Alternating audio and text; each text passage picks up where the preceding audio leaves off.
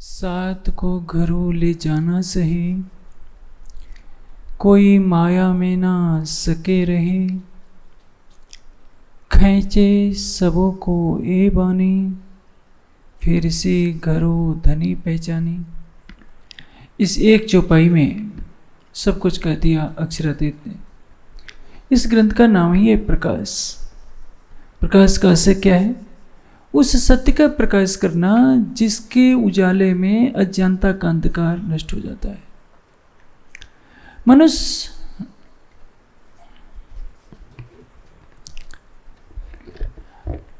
अपनी बुद्धि पर इतराता रहता है, लेकिन वह नहीं जानता कि ज्ञान का प्रकाश होना अलग है और बुद्धि की विलक्षणता अलग है। गौतम बुद्ध ने बहुत से ग्रंथों का अध्ययन नहीं किया था। रावण 10 विद्याओं का पंडित था, इससे उसके 10 मुखों की कल्पना की गई। लेकिन रावण वेद का पंडित था, ज्ञानी नहीं था। ज्ञानी होना अलग बात है और शब्द ज्ञान को जानना अलग बात है। हमारा समाज कहीं ना कहीं इसी भ्रांति का शिकार हो रहा है। प्रकाश का अर्थ है कि जितने संशयात्मक तथ्य हैं उन सबको समाप्त कर देना। आप देखें वाणी क्या कह रही है, साथ को घरों ले जाना सही, कोई माया में ना सके रही। वाणी का क्या उद्देश्य है? सबको परम धाम ले जाना, ताकि कोई भी माया में रहने ना पाए। और यह परम धाम की वाणी खींचे सबों को ये बानी। परम धाम की वाणी सबों को खींच रही है। कोई व्यक्ति नहीं खींच रहा, कोई स्थान नहीं खींच रहा। आज स्थिति क्या है? वाणी की अवहेलना होती है, या तो व्यक्ति पूजा होती है या स्थान पूजा होती है। इस पूरे प्रकरण में जो सार बात बताई गई है कि भी वाही चर्चा ने वाही वचन, बेचन कहते जो परवान। वाही चर्चा ने वाही बान। रास में भी एक चौपाई आती है, तेहज वाणी ने तेहज चर्चा, प्रेम तड़ी रसाल। जो श्री देवचंद जी के मुखारविंद से अवतरित होता था वही श्री महाराज के मुखारविंद से अवतरित हो रहा है। लेकिन सुंदर साथ की आस्था किस पर है? कि सतगुरु महाराज के अंदर राज्य महाराज राज्य लीला कर रहे हैं। और महाराज क्या है? जो कि सबने तारतम लिया था किससे? श्री देवचंद जी से। सबको क्या लग रहा था कि जैसे महाराज है हम भी तो वैसे ही हैं। जयराम कंसारा जी को भी यही तो भ्रम था। लेकिन जब पहचान होती है तो वाणी बीतक में क्या लिखा है? अरुगाए श्रीराज। श्री महाराज के तन से उन्हें कठोर वचन कहे जाते हैं। बीतक में आप सब पढ़ते हैं इतने कठोर वचन जिसका उच्चारण मैं अर्थ में तो नहीं करूंगा, चौपाई बोल देता हूं। चचोड़त ठोर मुर्दार, इसका अर्थ आप अच्छी तरह से जानते हैं। लेकिन उनके हृदय को बुरा नहीं लगता। उनको पता चल जाता है कि ये आवाज़ जो आ रही है श्री देवचंद जी के मुख से, इस तरह की आवाज़ आ रही है कि परम धाम की तरफ जागृत होना है। सब सुंदर साथ प्रकटवाणी का पाठ करते रहे हैं, पुरानी पीढ़ी ज़्यादा करती रही है। प्रकटवाणी में एक बहुत महत्वपूर्ण चौपाई है। ये 3 ब्रह्मांड हुए जो अब ऐसे हुए न होसी कब, इन तीनों में ब्रह्मलीला हुई, ब्रजरास और जागने गई। तीनों में ब्रह्मलीला होती है, जिसको ब्रज कहते हैं, रास कहते हैं और जागने कहते हैं। अब प्रश्न ये है, चौपाई तो पढ़ लेते हैं सब सुंदर साथ। परंपरा से 300 वर्षों से चौपाई पढ़ी जा रही है। ब्रजरास में लीला करने वाला कौन है? हम सब कह देते हैं श्री कृष्ण। जागने में लीला करने वाला कौन है? तो जागने में भी कह देंगे श्री कृष्ण लीला कर रहे हैं। लीला करने वाला कौन है? अक्षरातीत। देवचंद जी को 3 बार दर्शन देने वाला स्वरूप कौन है? पिया की अति प्रसन्न 3 बेर दिए दर्शन। देवचंद जी को 3 बार जो दर्शन होता है तो उसमें दर्शन देने वाले राज्य हैं, चाहे किसी रूप में आए, चाहे बारात के पीछे जाते समय आए, चाहे चितवनी में घुगनी का प्रसाद खाते समय आए, चाहे श्याम जी के मंदिर में किशोर स्वरूप में दर्शन दे, दर्शन देने वाला कौन है? राज जी। मैं आपको एक दृष्टांत से समझाऊं। ये 19वां कार्यक्रम है। 2005 में पहला कार्यक्रम हुआ था, जिसमें इस वार्षिक स्थापना दिवस है, स्थापना का कार्यक्रम हुआ था। उस समय का यदि वीडियो फोटो हो, आप कहेंगे कि नहीं, हम मुझे तो 2005 वाला ही वीडियो चाहिए। मैं सुनाऊं तो आप मुंह फेर लेंगे, कहें कि नहीं, मुझे तो आपके मुख से सुनना नहीं, हमें तो 2005 वाले वीडियो चाहिए। कौन श्रेष्ठ है? मैं साक्षात इस समय इस तन से सुना रहा हूं तो आप मेरी बात सुनना नहीं चाहते, और 2005 की वीडियो की आरती उतारते हैं, उसी को कहते हैं कि वही चाहिए। तो वीडियो में से आवाज़ केवल आ रही है, उस वीडियो में मैं बैठा नहीं हूँ। ठीक है, मेरी जो क्रियाकलाप हैं वो सारे वीडियो में संग्रहित हैं। आज वही कहानी है। इसी प्रकाश की चपाई है। ब्रज वालो पीसो ये वचन अपन को कहत हैं ते, ये वचन तुमको कहे जाए जो तुम धाम के लीला माए। श्री महाराज के तन से जो वाणी की चर्चा सुना रहा है, ये कौन है? वही राज्य हैं जो ब्रज में लीला कर रहे थे। रास में ने खिलाए जिन्हें प्रगट लीला करी है तिने, धनी धाम के कहलाए ये जो साथ को बुलावन आए। रास में जिसने लीला की, जिस आवेश स्वरूप ने रास में लीला की, वही प्रत्यक्ष रूप से श्री महाराज के तन में लीला कर रहे हैं। लेकिन शब्दों की तरफ किसी का ध्यान नहीं है। तोड़ मरोड़ कर ऐसी धारणा बना दी गई है जिसमें प्राणनाथ जी के स्वरूप को एक संत, भक्त, महापुरुष के रूप में चित्रित किया जा सके। और ये अनजाने में नहीं किया जा रहा है, जानबूझ करके किया जाता है। सुंदर सत भी सोचते हैं कि चलो क्या क्या अंतर पड़ता है, सब ठीक ही तो है। संसार में सब कुछ ठीक नहीं होता। यदि सब कुछ ठीक है तो विकृति नहीं होनी चाहिए, राग द्वेष नहीं होनी चाहिए, घृणा का वातावरण नहीं होना चाहिए। कहीं तो कहीं गड़बड़ है। आप देखिए महाभारत का युद्ध कहाँ से प्रारंभ होता है, इसको हल्के में नहीं लेना चाहिए।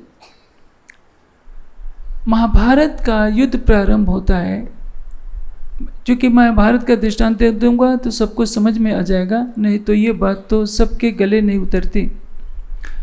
भीष्म पितामह की निष्ठा किस पर है? उस सिंहासन पर जिस पर उनके पिताजी विराजमान रहा करते थे, और उन्होंने अपने पिता को वचन दिया था कि मैं इस सिंहासन की रक्षा करूंगा। सिंहासन उन्होंने जिस राजा जिस सोने के सिंहासन पर बैठता है उसी को उन्होंने वास्तविक सिंहासन मान लिया। वो तो स्थूल सिंहासन है। वास्तव में सिंहासन क्या होता है? न्याय का सिंहासन, धर्म का सिंहासन, उसकी रक्षा करना आवश्यक था। यदि भीष्म पितामह ने न्याय और धर्म के सिंहासन की रक्षा की होती तो महाभारत का युद्ध कदापि नहीं होता। भीष्म पितामह ने सत्य की रक्षा नहीं की। भीष्म पितामह द्रोणाचार्य का एक ही रटाया था सिद्धांत कि हम धर्म पर हैं, हम कोई अधर्म थोड़े कर रहे हैं। क्योंकि द्रोणाचार्य का सिद्धांत था कि पिता को पुत्र की रक्षा करनी चाहिए। उनका पुत्र अश्वत्थामा किससे जुड़ा हुआ था? दुर्योधन से। तो वह अपने पुत्र के विरुद्ध नहीं जा सकते थे, इसी को उन्होंने धर्म माना। भीष्म पितामह जानते थे कि कौरव अत्याचारी है, द्रौपदी का चीरहरण हो रहा है, लेकिन जो उस सिंहासन पर बैठा हुआ राजा है धृतराष्ट्र, एक प्रकार से उनके पुत्र के समान था। लेकिन कह रहे हैं हाथ जोड़कर कि महाराज अन्याय हो रहा है। धृतराष्ट्र को जब वो सिंहासन पर नहीं बैठा होता था भीष्म पितामह डांट लेते थे, लेकिन जब वो सिंहासन पर बैठ जाता था तो भीष्म पितामह उनके अधीन होते थे। सिंहासन की गरिमा रखी जा रही है, लेकिन सिंहासन किस पर टिका हुआ है इसका निर्णय केवल वेद करता है। इसलिए महाभारत में एक बहुत ऊंची बात कही गई है कि धर्मस्य तत्वम निहितम गुहाया। धर्म का तत्व उस गुहा में स्थित है जिसमें ब्रह्म का साक्षात्कार होता है। धर्म के स्वरूप को हर कोई नहीं जान सकता। धर्म के स्वरूप को केवल कृष्ण जानते थे, भीष्म पितामह नहीं जानते थे। महाभारत के युद्ध के पश्चात भीष्म पितामह ने युधिष्ठिर को बहुत अधिक उपदेश दिया है, जिसको शांतिपुर में बहुत महत्वपूर्ण दृश्य देखा जाता है। उन्होंने विदुर को भी शिक्षा दी थी, लेकिन धर्म के स्वरूप को भीष्म पितामह कभी नहीं जान पाए पूरी तरह से। केवल योगेश्वर श्री कृष्ण जानते थे और कुछ अंशों में विदुर जी जानते थे, क्योंकि विदुर जी को धर्म का अवतार माना जाता था। अब श्री कृष्ण की लीला देखिए। श्री कृष्ण ने कोई रिश्ता संसार का निभाया नहीं, स्पष्ट कह दिया कि मैं पांडवों के साथ केवल इसलिए हूँ क्योंकि पांडवों के साथ धर्म है, ये मेरे फूफा के लड़के हैं, फुफेरे भाई हैं, इसलिए अर्जुन से मेरा स्नेह नहीं है। मेरे स्नेह का कारण यह है कि पांचों पांडव धर्म के स्वरूप हैं। लेकिन जब पांचों पांडवों ने जुआ खेला तो कृष्ण अलग रहे। कृष्ण द्रौपदी के चीर हरण के समय रक्षा कर सकते हैं, लेकिन जब पांडव जुआ खेल रहे थे तो जुए में जिता नहीं सकते थे। उनके लिए रिश्ता महत्वपूर्ण नहीं, रिश्ता महत्वपूर्ण है क्या है? धर्म का। धर्म क्या है? सत्य ही धर्म है। सत्येन उत्पन्ना भूमि। सृष्टि किस पर टिकी हुई है? देखिए पूरा मंत्र क्या है? सत्येन उत्पन्ना भूमि, सूर्ये उत्पन्ना दो, ऋतेन आदित्या तिष्ठन्ति, देवी सोमो अधिष्ठिता। ये वेदार्थ करने का समय नहीं है, मैं तो संक्षेप में कह देता हूँ। पृथ्वी सारी सृष्टि किस पर टिकी हुई है? सत्य से टिकी हुई है। अब मैं पूछूं कि भीष्म पितामह ने सत्य का पालन किया था? नहीं।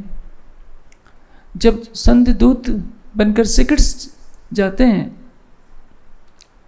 कई बार ऐसे अवसर आते हैं, युधिष्ठिर की तरह से दूत जब भेजा जाता है, अर्जुन भी एक बार जाते हैं, तो भीष्म पितामह को बहुत बुरा लगता है कि मैं धृतराष्ट्र का, ये हस्तिनापुर का मैं रक्षक हूँ, मैंने पिता को वचन दिया है, मैं अपने बाणों से रक्षा कर लूँगा। यही भीष्म पितामह चुप कर गए। बाद में पता चला, जब सरसैया पर पड़े तब पता चला, तब उन्होंने कहा कि यतो कृष्ण ततो धर्म, यतो धर्म ततो जया। युधिष्ठिर को कहा था कि युधिष्ठिर तुम्हारी विजय इसलिए हुई है क्योंकि तुम सत्य और धर्म पर अवलंबित रहे हो। पांडवों के पास कितनी सेना थी? केवल 7 अक्षौणी। कौरवों के पास 11 अक्षौणी सेना थी। 11 अक्षौणी सेना में भीष्म पितामह को इच्छा मृत्यु का वरदान है। द्रोणाचार्य के पास जब तक धनुष बाण है कोई मार नहीं सकता। कृपाचार्य और अश्वत्थामा भी अवैध हैं, उनको कोई नहीं मार सकता था क्योंकि वो दोनों अमर माने जाते थे।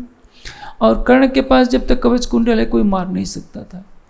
इतने महारथियों से सुसज्जित 4 अक्षौणी ज़्यादा होने वाली सेना, 1.5 गुनी से भी ज़्यादा होने वाली सेना क्यों हार गई? क्योंकि वो धर्म पर नहीं थी। भीष्म पितामह भी जानते थे कि जहाँ धर्म होता है वहीं विजय होती है, लेकिन चाह कर भी जो नकली सिंहासन है उस पर उनकी आस्था थी।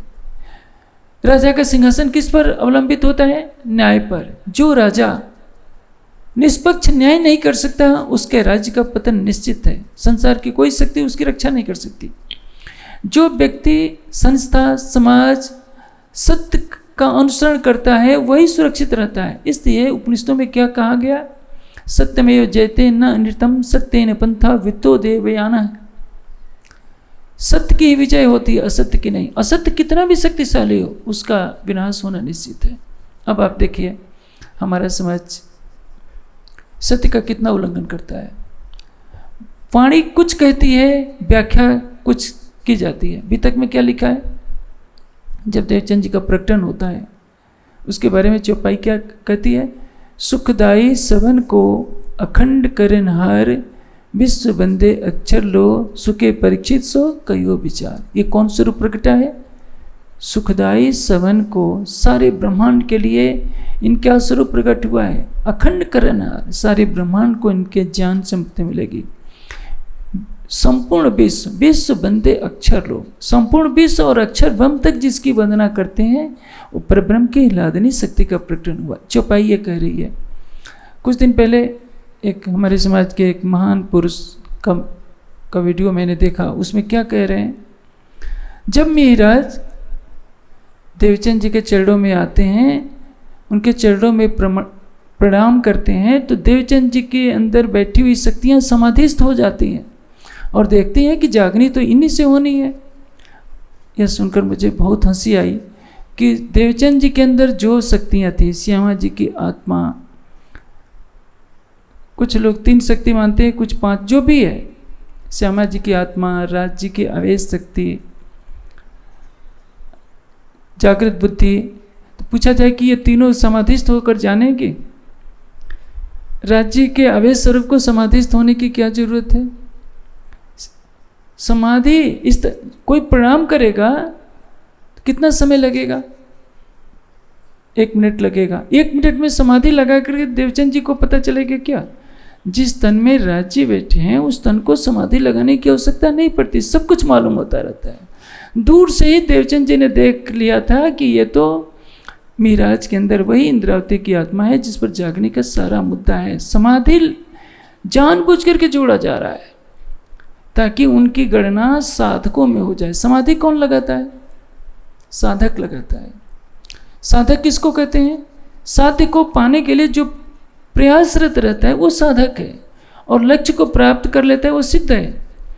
वाणी क्या कहती है? रेहू नाही सिद्ध साध संतरी भगत वैष्णव अपरस आचार, न मैं सिद्ध हूँ न साधु हूँ न संत हूँ। लेकिन हम जबरदस्ती कहते हैं कि देवचंद जी महाराज क्या हैं? श्री कृष्ण परमात्मा के अनन्य भक्त हैं, और उस अनन्य भक्त का शिष्य कौन है? महामती प्राणनाथ। ये फिलॉसफी जब हम थोपते हैं समाज पर, वाणी के सारे सिद्धांतों की अवहेलना कर देते हैं, तो इसी तरह की विचारधारा फैलाई जाती है और बीतक में एक नई परंपरा शुरू कर दी गई है। ये देखिए, बिहारी जी महाराज गादी पर बैठे थे तो मिहिराज साष्टांग चरणों में लेट जाते थे क्योंकि वो गादी पर बैठे थे। गादी की महत्ता सबसे पहले बताई किसने? अभी आपने को मैंने बताया, भीष्म पितामह ने। उन्होंने धृतराष्ट्र के सिंहासन की महत्ता बताई। धृतराष्ट्र जो पक्षपात कर रहा है उस पर जो प्रहार कर दिए होते भीष्म पितामह, तो संभवतः महाभारत का युद्ध वहीं रुक जाता, कुछ नहीं होना था। यदि भीष्म पितामह सत्य का अवलंबन लेते। सारी सृष्टि को कौन संभालता है? सत्य। सिंहासन तो एक छोटी सी वस्तु है। हम वर्तमान समय में जिस गादी की महिमा गाने में लगे हैं, गादी में क्या होता है? लकड़ी का तख्त होता है, रुई की गद्दी उस पर रख दी जाती है, कुछ अच्छे कपड़े बिछा दिए जाते हैं, उसी को सब मत्था टेकने लग जाते हैं। अक्षरातीत ने जो वाणी में जो ज्ञान का प्रकाश किया, प्रकाश ग्रंथ क्यों उतरा? इस सत्य का प्रकाश के लिए कि अक्षरातीत कहाँ है? बैठा आपण माहे कहे पढ़ सात माहे कोई बिरलो रहे। प्रकाश में कह दिया। प्रकाश के जितने प्रकरण हैं, हर प्रकरण में किसी न किसी रूप में इस सत्य का प्रकाश किया गया है कि महामती जी के रूप में कौन लीला कर रहा है। प्रकटवाणी में तो सब कुछ कह दिया, 5 मील भई महामती वेद कते वो पहुंची शरत। लेकिन फिर भी सुंदर साथ प्रकाशवाणी को पढ़ करके भी कहेगा कि प्राणनाथ कौन है? देवचंद जी के शिष्य हैं। देवचंद जी कौन है? श्री कृष्ण परमात्मा के भक्त हैं। क्योंकि एक जैसे भीष्म पितामह ने भ्रांति बस धृतराष्ट्र के सिंहासन की रक्षा की, सत्य की रक्षा नहीं की। यदि उन्होंने सत्य और न्याय की रक्षा की होती तो पांडवों को कभी भी लक्षागृह में जाने नहीं देते, किसी भी स्थिति में जुआ खेलने नहीं देते। और जब मालूम था, कह रहे हैं कि दुर्योधन पांडवों के अज्ञातवास की अवधि पूरी हो गई, तो सीधे कह देते, दुर्योधन को फटकार लगा देते कि दुर्योधन मैं अस्त्र नहीं उठाऊंगा। फिर भी दुर्योधन की तरफ से लड़ने के लिए तैयार है। तो परिणाम क्या हुआ? महाभारत के युद्ध में द्रोणाचार्य को क्या पता नहीं था कि कौरव अत्याचारी है? दुर्योधन सबका अपमान करता था, लेकिन ये महापुरुष दोनों भीष्म पितामह, द्रोणाचार्य, कर्ण और कृपाचार्य बार बार दुर्योधन से अपना अपमानित होते हैं, लेकिन एक जड़ सिंहासन की रक्षा करने के लिए कवच बनकर के खड़े हो जाते हैं, जिसका दंड उनको महाभारत के युद्ध में भोगना पड़ा था। हमारा समाज भी यही कर रहा है। वो वाणी के कथनों की अवहेलना कर रहा है। जैसे वेद के कथन की अवहेलना की भीष्म पितामह ने। वेद ने कहा सत्येन उत्पन्ना भूमि, केवल हस्तिनापुर ही नहीं, सारी सृष्टि ही सत्य से टिकी हुई है। श्री कृष्ण ने हमेशा सत्य की रक्षा की। सगा मामा है कंस, गला घोट करके मार डाला। उसके सिंहासन पर बैठे हुए उसको खींच करके गला घोट कर मार डाला। ये नहीं सोचा कि मेरा मामा है। भीष्म पितामह रिश्ते निभा रहे हैं, वो सत्य और धर्म को नहीं देख रहे हैं। परिणाम क्या हुआ कि महाभारत का युद्ध हुआ, 18 अक्षौहिणी सेना काल के गाल में समा गई। हमारा समाज भी पीछे क्यों रहा? क्योंकि उसने महामती जी के धाम हृदय में बैठे हुए अक्षरातीत की स्वरूप की पहचान नहीं की। वो व्यक्तिवाद से जुड़ा, स्थानवाद से जुड़ा। वाणी का कथन उसके लिए अक्षरातीत का कथन नहीं रहेगा। इसी वाणी में क्या कहा है, मेरी बुद्धि लुगा ननिक से धनी जाहिर करे अखंड कर सुख। मैंने इस वाणी का एक अक्षर भी नहीं कहा है। ये वचन महराज नो प्रकट न था, प्रकाश गुजराती में कहा है। प्रकाश हिंदुस्तानी में इसके समानांतर चौपाई यह थी, ये वचन महामती से प्रकट न हो। ये महराज की वाणी नहीं है, महामती की वाणी नहीं है। ये वाणी क्या है? केवल अक्षरातीत की वाणी है। कहने की शोभा कालबोध को दई, हृदय बैठ कहलाया आधार। मेरे हृदय में बैठकर स्वयं अक्षरातीत ने वाणी कही है। ये बार बार तारतम वाणी पुकार रही है, लेकिन हम क्या कहते हैं, एक लेख मैंने बहुत पहले पढ़ा था, उसमें उस लेख को लिखने वाले कोई सामान्य व्यक्ति नहीं थे, एक बहुत बड़े विद्वान थे जो बहुत लोगों को शिक्षा देते रहे हैं, मैं नाम नहीं बोलूँगा। उस लेख में वो लिखते हैं कि महामती प्राणनाथ के स्वर में अक्षरातीत का स्वर लिपटा हुआ प्रतीत होता है। अकेले प्राणनाथ जी इस वाणी को नहीं कह सकते थे। अब सोचिए, देखने में तो लगता है कि कुछ नहीं, प्राणनाथ जी वाणी को नहीं कह सकते। इस वाणी में अक्षरातीत श्री कृष्ण का आवेश लिपटा हुआ प्रतीत होता है। देखने में लगता है कि कुछ भी बात नहीं है, लेकिन सब कुछ है इसमें। तो प्राणनाथ जी को बिल्कुल साधारण सा व्यक्ति बना दिया जा रहा है। एक और महान विद्वान थे, वो भी दुनिया से जा चुके हैं। वो क्या कहते हैं कि प्राणनाथ जी की लीला तो एक मनुष्य की लीला है। देखिए, दिल्ली में जब जाते हैं तो कहाँ कहाँ उनको भटकना पड़ता है, सिफारिश करनी पड़ती है। श्री कृष्ण की लीला तो पूर्ण ब्रह्म परमात्मा की लीला है। वे कंस को मार देते हैं, गोवर्धन से रक्षा करते हैं, कितने चमत्कार हो जाते हैं। प्राणनाथ जी में तो कोई शक्ति ही नहीं थी, सीधे। अब आप उनको कौन बताए कि यदि चमत्कार दिखाना होता तो उन्हें वाणी की चौपाई ध्यान से देखनी चाहिए कि साधो कहर कहे करमात ये दुनिया तित राजे। यदि श्री कृष्ण जी ने गोवर्धन पर्वत उठाया, यदि श्री कृष्ण जी ने मरे हुए को जीवित किया, तो महामती जी के तन से भी ऐसी लीला हुई। उन्होंने कुबड़ा को ठीक किया तो इन्होंने ललिता को ठीक किया। नागजी भाई के सामने मौत खड़ी थी, मलकूल मौत झलुपिया, श्री जी की कृपा दृष्टि से मौत वापस लौट गई। यदि अजगर के मुख से निकालकर गोप ग्वालों बालों को श्री कृष्ण जी जीवित कर सकते हैं, तो ये श्री कृष्ण जी ने जीवित किया, तो श्री जी के द्वारा भी ऐसी लीला हुई। कहने का अर्थ क्या है, हृदय में यदि पक्षपात की प्रवृत्ति हो तो कुछ भी सिद्ध किया जा सकता है। इसलिए हमारा समाज, जैसे भीष्म पितामह धृतराष्ट्र के सिंहासन की रक्षा करते रहे, हमारे समाज का विद्वत वर्ग जड़ गादी की रक्षा करता है। वो प्राणनाथ जी के स्वरूप की रक्षा नहीं करना चाहता, प्राणनाथ के स्वरूप की महिमा नहीं बताना चाहता। प्रकट वाणी के अंतिम चौपाइयों में क्या लिखा है कि सारी दुनिया किसको अक्षरातीत मानेगी?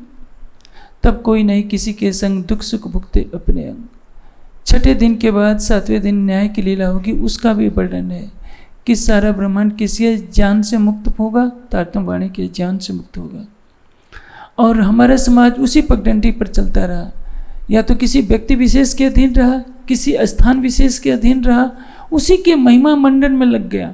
और समाज को यही डराया गया कि यदि आप इनका कहना नहीं मानोगे तो देखिए इनके पास इतनी शक्ति है, इतना समाज है, आप तो मुट्ठी भर हैं। लेकिन याद रखना चाहिए, सत्य हमेशा शक्तिशाली होता है। सत्य का सूर्य कभी समाप्त नहीं हो सकता। वो असत्य के घने बादलों में थोड़ी समय के लिए ढक सकता है, लेकिन सत्य के प्रकाश को समाप्त करना असत्य के लिए कभी भी संभव नहीं है। इसलिए यदि संसार के सभी मनीषी केवल वेद की एक पंक्ति को याद कर लें, सत्येन उत्तभित्ता भूमि, यह सारी सृष्टि सत्य से टिकी है, सत्य ही धर्म है, सत्य ही परमात्मा है और सत्य ही सर्वशक्तिमान है। जिसके मन में, वाणी में, कर्म में सत्य रहेगा, उसको संसार में कोई भी पराजित नहीं कर सकता है। अक्षरातीत सत्य है तो उनकी वाणी भी सत्य होनी चाहिए। उनकी वाणी के विपरीत किसी का भी कथन, चाहे वो कितना भी बड़ा विद्वान हो, कितना भी बड़ा शक्तिशाली हो, सारी दुनिया उसके चरणों में झुकती हो, तो भी उसके कथन को नहीं मानना चाहिए। राज जी ने तो लीला करके यह बता दिया, यदि मैं भी वाणी के विपरीत बोलता हूं तो मेरी बात को झूठा मान लेना। दिल्ली का प्रसंग याद कीजिए, जब दिल्ली में अड़िका लीला होती है और राजी का वेश प्रकट होकर के कहता है कि सकुमार की जागनी तो मैं कुछ ही दिन में मैं करा दूंगा। जब समय आता है तो वो जिस सुंदर साथ के तन से लीला होती है वो श्री जी के बराबरी में बैठने लगे। कहते हैं कि श्री जी मैं आपसे ऊपर तो नहीं बैठ सकता, आपके बराबर में बैठ सकता हूँ। लक्ष्मीदास को शर्मिंदा नहीं करना था। आने वाले समय में सब सुंदर साथ को एक रास्ता दिखाना था। लक्ष्मीदास जी के घर प्रकट होते हैं, प्रतिदिन बातें करते हैं, भोजन भी करते हैं। कहते हैं कि लक्ष्मीदास क्या चिंता करते हो, इन लोगों से कुछ नहीं होगा, मैं तुम्हारे तन से सकुमार की आत्मा को जगा दूंगा। जब समय आता है लक्ष्मीदास जी कहते हैं कि श्री जी, राज जी आप अपना वचन तो पूरा कीजिए। राज जी अंतर्धान हो जाते हैं कि यदि मैं भी कह रहा हूं वाणी के विपरीत तो बिल्कुल झूठ मान लेना।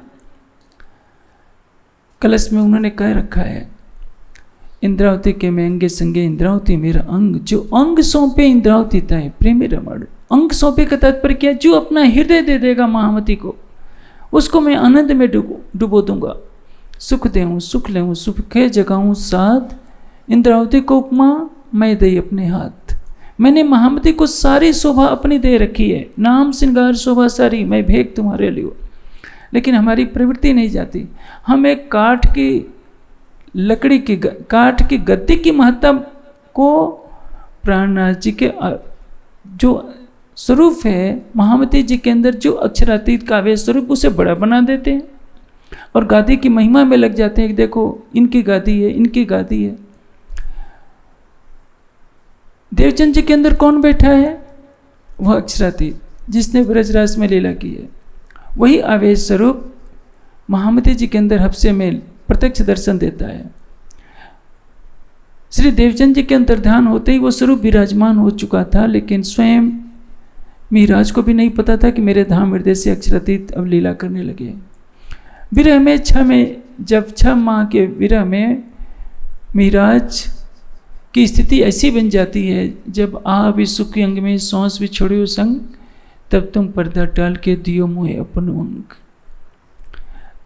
जब आह की अंतिम अवस्था हो गई, विरह की अंतिम अवस्था जिसमें प्राण भी छूट गया, तब अक्षरातीत इंद्रावती की आत्मा को प्रत्यक्ष दर्शन देते हैं युगल स्वरूप के रूप में और कहते हैं कि महामती तुमको सारों के सुख करने तू जाहिर हुई महामती, सारे ब्रह्मांड को तुझसे ज्ञान मिलना है, तुझसे अखंड मुक्ति मिलनी है।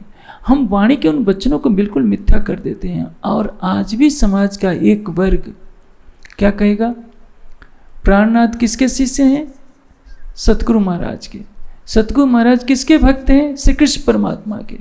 शब्दों के बंधन में अक्षरातीत को आज बांधना चाहते हैं, कितनी बड़ी भूल है। कहा जाता है कि कुछ भी नाम रखो, वो सही नाम नहीं है, केवल कृष्ण नाम ही सही है। आपको जो नाम रखना वो रखिए, लेकिन वाणी क्या कहती है? एक पल में राज्य के अनेकों भेष होते हैं, पाग के करोड़ों रूप बदलते, पाग होत कई कोट पल में, खिन में श्रृंगार बदले, एक क्षण में करोड़ों श्रृंगार बदल जाते हैं। उस अक्षरातीत को आप एक शब्द के बंधन में कैसे रख सकते हैं कि यही नाम होगा?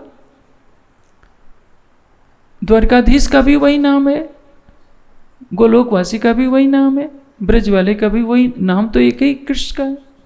और उसी नाम को थोपते हैं कि नहीं, परम धाम में भी वही नाम चलेगा और जागनी के ब्रह्मांड में भी केवल उसी को अक्षरातीत माना जाएगा। इन भ्रांतियों से हटाने के लिए ये प्रकाश की वाणी अवतरित हुई है। जिसने प्रकाश को समझ लिया उसने पूरी वाणी से श्री प्राणनाथ जी की स्वरूप की पहचान कर ली। देखिए इसमें आगे की चौपाई में क्या कहा गया है। पहले फेरे हुआ है जो भी इत पिया ने किया है त्यों। पहले फेरे में क्या करते थे? ब्रजराज श्री धाम के सुख साथ को कहते जो श्रीमुख। देवचंद जी के तन से क्या होता था? ब्रजराज और धाम की सुधति पर जागने की सुधना। ब्रज की लीला का वर्णन करते हैं श्री देवचंद जी, रास का वर्णन करते हैं। जब परम धाम का वर्णन करते समय दीवार पर हाथ खींच देते हैं तो यमुना जी बहने लगती है। ब्रजराज का वर्णन करते हैं तो सारी लीला प्रत्यक्ष प्रकट हो जाती है, सब सुंदर सा दर्शन करते हैं। उस स्वरूप को हम क्या कह देते हैं? ये तो श्री कृष्ण की भक्ति करते हैं, श्री कृष्ण के भक्त हैं। इसलिए कल सटरुति का विषय है, मैं उसकी एक बात को थोड़ा सा यहाँ संकेत कर दूंगा कि बात कितनी महत्वपूर्ण है। आपो पो उलखावी मारा वाला दर्पण दाखो छो प्राणनाथ, दर्पण नो सुख काम पड़े जारे ते केंगन पहन्यो हाथ। जैसे मेरे हाथ में घड़ी है, आप पूछे कि ये घड़ी कैसी है, तो मैं दर्पण में दिखा कर कहूँ देखो, दर्पण में देखो, पता चल जाएगा। तो आप तो कहेंगे ना कि दर्पण में क्यों दिखा रहे हैं, मैं सीधे आपके हाथ में ही देख सकता हूँ। ब्रजराज की लीलाएं दर्पण की तरह है, प्रतिबिंब की तरह है। वो लीला हो गई, जैसे मैंने अभी आपको दृष्टांत दिया कि मैं इस समय चर्चा सुना रहा हूँ तो आप नहीं सुनना चाहेंगे, कहेंगे कि नहीं 2005 की वीडियो होगी तो हम सुनेंगे, आज वाले राजन समय समय से कोई लेना देना नहीं है। तो जो ब्रजराज में था वही जागने के ब्रह्मांड में महामती के धाम हृदय में बैठ के लीला कर रहे, उसको तो हम संत कह देते हैं। कहते हैं कि महामती प्राणनाथ कौन से मंत्र का जप करते थे? महामती प्राणनाथ को निज नाम श्री कृष्ण जी कहने की जरूरत नहीं थी। एक हमारे समाज के बहुत महान पुरुष हैं, उनका बार बार प्रश्न होता रहा कि महामती प्राणनाथ जी कौन से मंत्र का जप करते थे? उनका एक ही उत्तर है, ये प्रश्न किया जाए कि परम धाम में राज जी कौन से मंत्र का जप करते हैं? तो कहेंगे कि राज जी को क्या जरूरत है? तो पूछा जाए क्या प्राणनाथ को मंत्र का जप करने की क्या जरूरत है? वो कहेंगे कि हाथ में सुमरनी लिया था, सुमरनी हफ्से में तो नहीं लिया था, उदयपुर के में जब भेष बदला तो भेष बदले में सुमरनी पकड़ लिया दिखाने के लिए। प्राणनाथ को कोई मंत्र जपने की आवश्यकता नहीं है। वो कौन है? ईश्वरों का ईश है। आवसी आवसी रे सब कोई कहते, अग्नि करते पुकार, सो सतबानी सबों की करी, अब आए करो दीदार। ये प्रकाश की वाणी में क्या कहा है? धनी जी को जोश, आत्म तुल्यन, नूर हुक्म, बुद्ध मूल वतन। 5 के अलावा कोई छठी शक्ति बताइए तो? सतंग अक्षर की आत्मा, चिदघन स्वरूप आवेश शक्ति के रूप में विराजमान है। आनंद स्वरूप श्यामा जी है, सच्चित आनंद। सच्चितानंद के ऊपर भी कुछ होता है तो कोई बताए तो?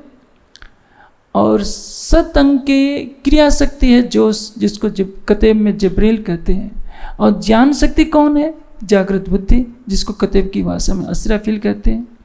सच्चिदानंद पर ब्रह्म अक्षर की दोनों शक्तियों, ज्ञान शक्ति और क्रिया शक्ति के साथ विराजमान है। इससे बड़ा स्वरूप और क्या हो सकता है? इसलिए कहा है कई हुए कई होशी पर किन ब्रह्मांड होना है। प्राणनाथ जी की महिमा के बराबर न कोई हुआ है, न है, न कभी होने वाला है। यदि आप वाणी को मानते हैं तो यही मानना पड़ेगा, लेकिन आप गादी को महत्ता दिखाएं भीष्म पितामह की तरह तो परिणाम यही होगा। महाभारत तो होना ही है। महाभारत की भूमिका कहाँ से खड़ी होती है? उस पक्षपातपूर्ण रवैये से खड़ी होती है कि एक द्रौपदी का चिरण सबके सामने किया जा रहा है। और भीष्म पितामह इसलिए नहीं बोल सकते कि वो सिंहासन के अधीन है। सिंहासन जड़ है, जड़ सिंहासन के अधीन न होइए, स्थान के अधीन नहीं होइए, किसी व्यक्ति के अधीन न होइए, केवल वाणी के कथनों के अधीन होइए, क्योंकि ये वाणी अक्षरातीत की वाणी है। और जो अक्षरातीत के वाणी के कथनों पर चलेगा वो अक्षरातीत की वास्तविक ब्रह्मांगना कहलाने का अधिकारी बन सकता है। जो अक्षरातीत के वचनों की अवहेलना करेगा उसको सुंदर साध कैसे कहा जा सकता है? ब्रह्मात्मा कैसे कहा जा सकता है? ये तो ईमान की कमजोरी है। ब्रह्म सृष्टि की पहली पहचान क्या है? अटूट विश्वास, अटूट प्रेम। यही तो दो पहचान है। चेहरे के रूप रंग से कोई ब्रह्म सृष्टि नहीं हो सकता। कोई सुंदर चेहरे वाला व्यक्ति ऐसा नहीं है कि वही ब्रह्म सृष्टि हो जाए, और काले चेहरे वाला जीव सृष्टि हो जाए, ऐसा नहीं है। जिसके हृदय में अटूट विश्वास है अटूट प्रेम है अक्षरातीत के लिए, वही परम धाम की ब्रह्म सृष्टि। इश्क और ईमान ब्रह्म सृष्टि की पहचान है। ईमान आएगा इल्म से। जब तारतम वाणी का प्रकाश ही नहीं होगा तो विश्वास कहाँ से होगा? इसलिए तो वाणी कहती है विश्वास करीने दौड़ सी जय तारतम का फल सीधे। हमारे हृदय में जब राज्य की वाणी के लिए विश्वास नहीं है तो राज्य पर विश्वास कहाँ से होगा? जब राज्य पर विश्वास नहीं है तो प्रेम कहाँ से आएगा? जब प्रेम नहीं आएगा, युगल स्वरूप की छवि नहीं बसेगी। जब छवि नहीं बसेगी तो दर्शन नहीं होगा, दीदार नहीं होगा, तो आत्मा जागृत कहाँ होगी? इसलिए हम शरीर को पकड़ कर बैठे हैं, संसार को पकड़ करके बैठे हैं। और आप तो एक और आंधी चल गई है सनातन की। सनातनी कहलाने के लिए हम किसी भी मूर्ति के आगे दंडवत लेटने के लिए तैयार हो जाते हैं। बड़ी बड़ी हस्तियाँ जिनके ऊपर बोझ है कि समाज को मार्गदर्शन दिखाएं, वो भी डर जाती है। आप सोचिए, हमारी शक्ति क्या है? अटूट विश्वास। क्या वेद में लिखा है?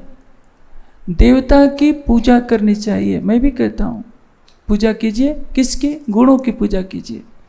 मातृमान, पितृमान, आचार्यमान पुरुषो वेद। माता पिता अतिथि आचार्य देवता हैं, जो महापुरुष रूप देवता हैं। भगवान राम हैं, भगवान शिव हैं, ये महापुरुष हैं। इनके गुणों की पूजा कीजिए। हनुमान जी के गुणों का सम्मान कीजिए। गुणों का सम्मान करना इनकी पूजा है।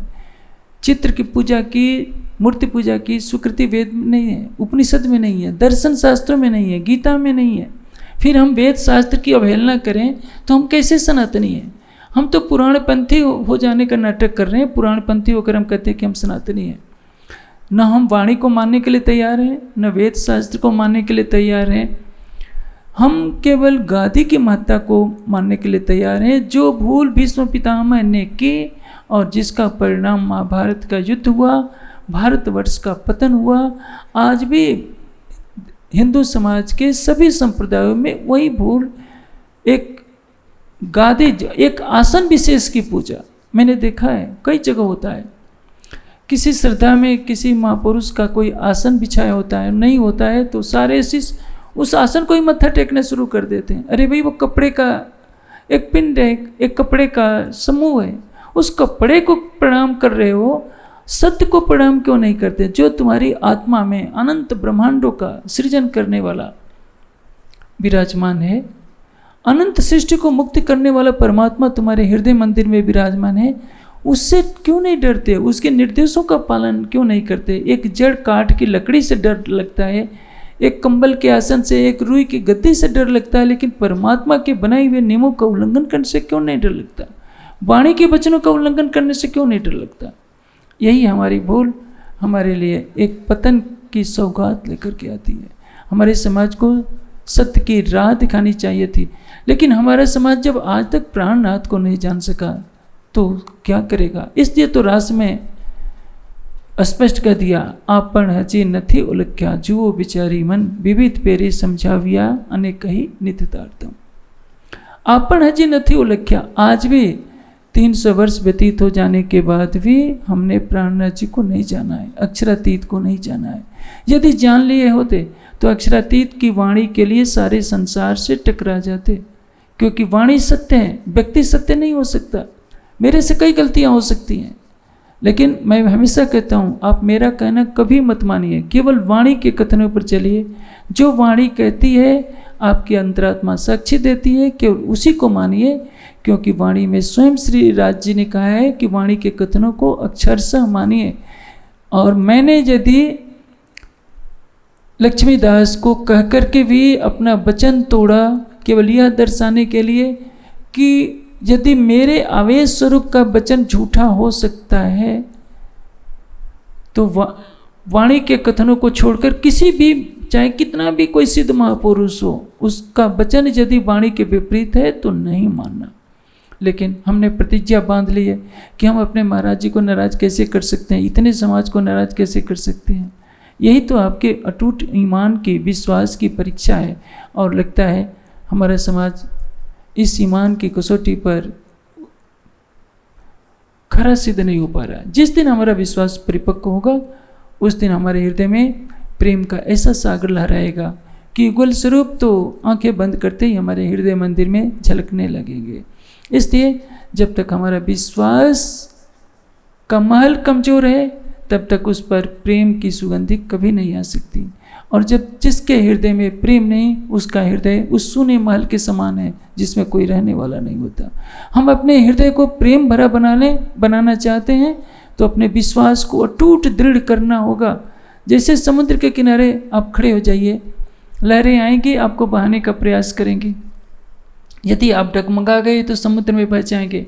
आप अपना पाँव जमाए रहिए, लहरें आएंगी, वापस लौट जाएंगी। इसलिए संसार में कितना भी कष्ट झेलना पड़े, एक सीता को देखिए, रावण कितना भी डराता है, धमकाता है, कहता है कि यदि तुमने मुझे पति रूप में स्वीकार नहीं किया तो 1 महीने के अंदर तुम्हारे मांस को पकाकर राक्षसों को खिलवा दूंगा। सीता को तब भी डर नहीं है, मरना हो मर जाए, लेकिन राम के अलावा वो किसी को प्रीतम के रूप में नहीं मान सकती। आप सोचिए, आप तो परम धाम के ब्रह्ममुनि कहलाते हैं, आप तो संसार के मिट्टी के पुतलों से डर जाते हैं।